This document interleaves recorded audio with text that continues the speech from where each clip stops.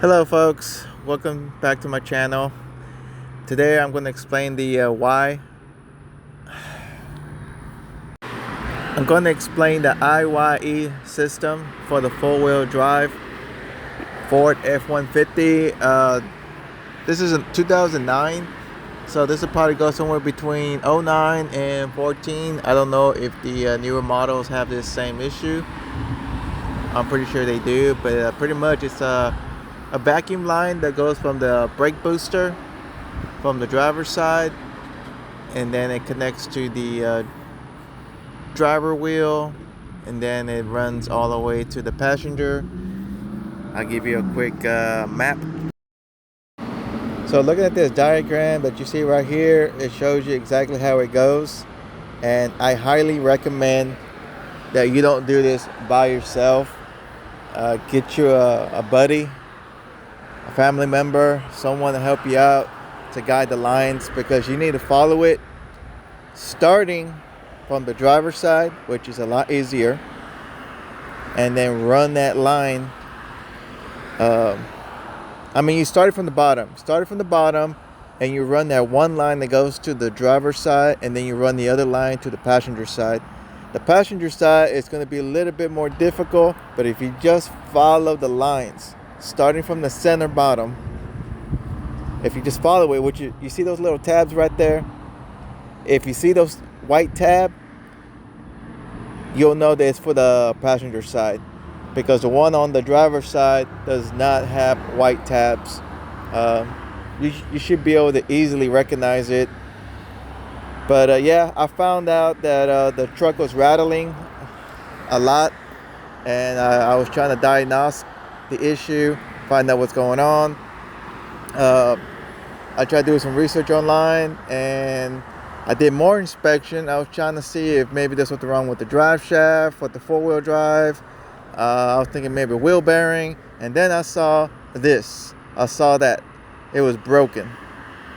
And then that's when I started doing some more research, and I found out the IWE system requires a vacuum, which brings it into two-wheel drive or four-wheel drive. So when there's no vacuum, the truck is going into four-wheel drive. And so what the actuator is doing is that it will stay locked and unlocked, like it can't figure out what to do. So that's when I realized, yeah, we need to replace the vacuum line. And as soon as I was touching the rest of the vacuum line, the rest of it started falling apart. That's why you were seeing that they were all broken into pieces, because the whole vacuum system was pretty much just old. So I found out that yeah, when I was changing out the vacuum system, I found out that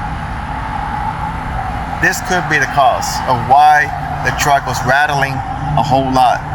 Like, it didn't rattle within a 10-mile an hour, but as soon as I started picking up speed, that's when it was like, whoa, it just keeps on rattling and rattling and rattling like a loose Coke can.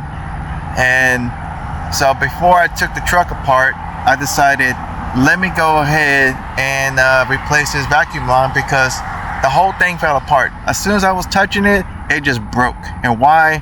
Well, it's a 16-year-old truck, 272,000 miles. So things are gonna get easily broken in the truck. All the plastic stuff is gonna break easy. There's no doubt. So I tried that. I ordered it. I think it was like $120 for the vacuum line system. I just pretty much just followed it piece by piece, following the line, making sure it clipped on where the old one was at, and by the grace of God, it worked. I was glad. I was glad I didn't have to open up the wheel bearing and go inside and try to replace the actuator. So yeah, there's a little tip for you. If you find out that your old Ford is rattling and you got four-wheel drive, it could be your vacuum line. I would show you step by step, but there's a whole lot of YouTube channels out there that show you exactly where it's going through. But this is sort of like a little quick hey, check your vacuum lines. It could be broken. This one, I noticed it right away. As soon as I turned the wheel to the right, that one vacuum line that connects to the axle was completely broken. And so you can't just buy that one piece, you got to buy the whole thing. You might try to rig it yourself, but I would highly recommend that you just replace the whole system.